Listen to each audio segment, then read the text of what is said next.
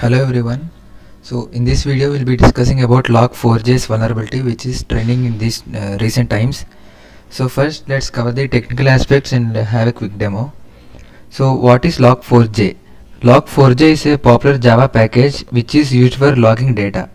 It means software developers use this Log4j library to record user activity.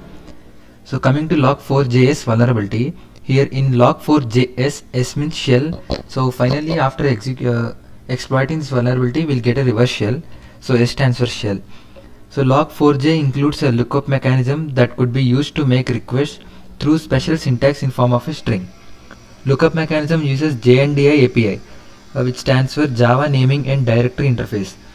So this mechanism uses JNDI API by specifying the JNDI key in the string.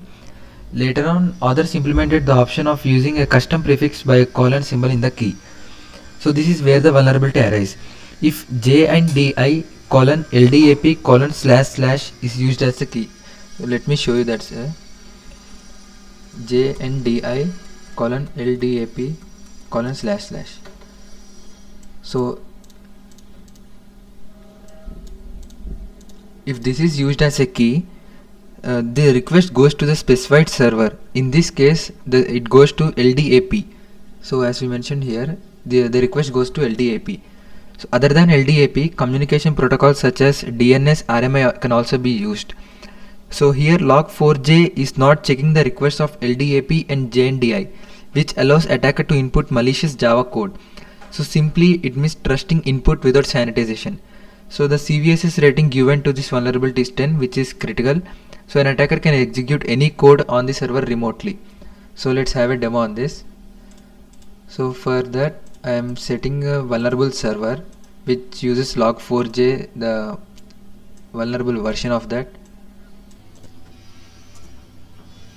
So in this terminal I am running this server, and you can confirm that by localhost port 8080.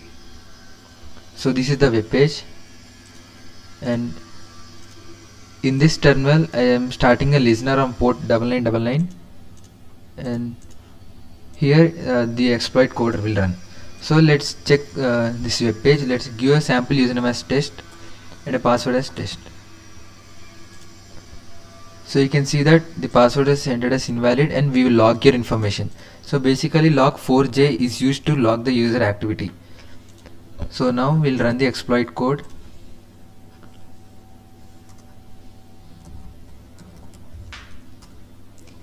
So this is the payload which we are going to be used. Let's copy this, and before that we need to start our listener. So simply paste the payload in the username and password, give something random as test, and log in. So if you observe our listener, you can see that we got a connection. So you can execute any command from remotely. So let's give us who am I, and ID. You can list the files ls. So you can escalate your privileges and become the root user. So you got the complete access of this server. So this is how the dangerous Log4j's vulnerability is. Thank you.